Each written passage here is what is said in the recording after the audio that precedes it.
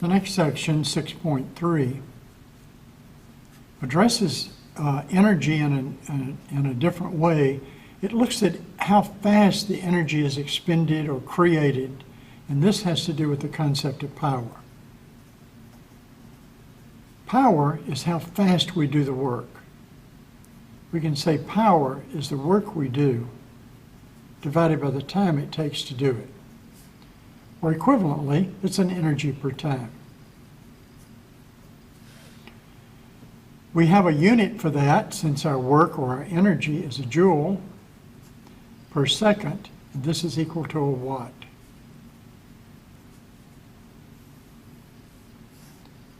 This is often another way of thinking of how much energy a joule actually is, because you could imagine a 100-watt bulb burning for 1 second would give us an energy of joule of 100 watts times 1 second, or we would say that the joules burned would be 100 watts times 1 second, which is 100 joules, because a watt is a joule per second. And that gives us a good way of thinking about what a joule actually means. We could also think about lifting weight. We could take let's imagine that we have a bottle of water. A bottle of water, let's assume that it's 1 liter. If it's 1 liter, then this is 1 kilogram. A liter of water is 1/10 of a meter times 1/10 of a meter times 1/10 of a meter.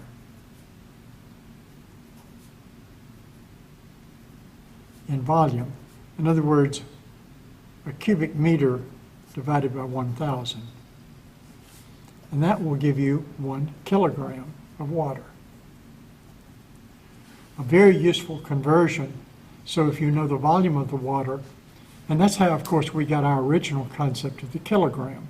As we mentioned in our first lecture, we looked at a volume of water that's 1/10 by 1/10 by 1/10 of a meter, and at a certain temperature, at a certain purity, and that gave us the concept of the kilogram. So, if we took 1 kilogram of water, which is a bottle of what?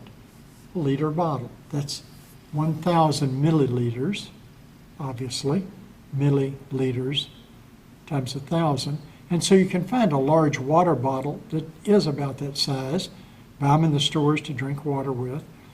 And if I raise that up to a countertop height, countertop is a little over or about 36 inches, so let's say it's 1 meter.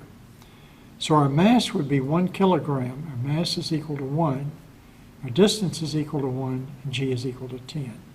So the work that we would take to raise this up, the work for potential energy, is mgh, or 1 times 10 times 1, or 10 joules. Now, if we could raise that up in 1 second, then the power that we would have of taking that bottle of water and putting it up on the table in 1 second would be 10 joules of work divided by 1 second. And a joule per second is a watt, so this is 10 watts. So we would say it takes a power of 10 watts to do that. More formally, we can write power is equal to the infinitesimal change in work over an infinitesimal change in time. This is the more formal calculus definition. Sometimes we use power as a means of defining energy. For example, the most famous of these, or most common of these, is the kilowatt hour. A kilowatt hour is a unit of energy. A kilowatt, it means a kilowatt times 1 hour of usage. In other words, a kilowatt, 1 kilowatt hour, is 1 kilowatt, which means 1,000 watts, or joules per second, times 1 hour. And 1 hour is what length of time?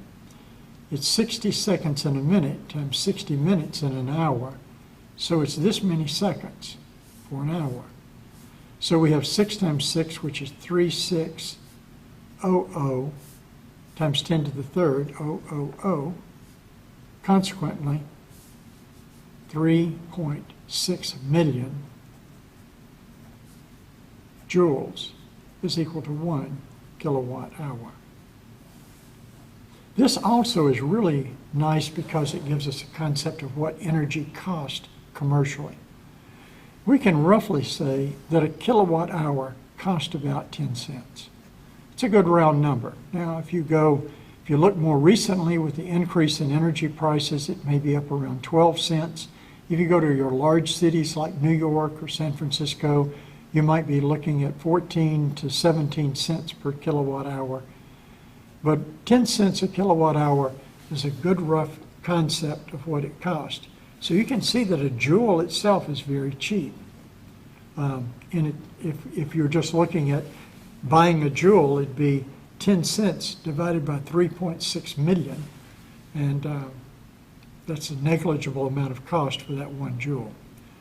You certainly don't want to pay that in human labor or even animal labor, because it costs a tremendous amount to pay people to do work, physical work, unless it's directed work like manufacturing or other types of things that require a lot of manual dexterity, so much more than power. And we relegate that power to machinery, usually run by electricity, which is generated by some other form of energy source. Okay, that tells us pretty much how we do our power, and we'll return to that later with some practice problems.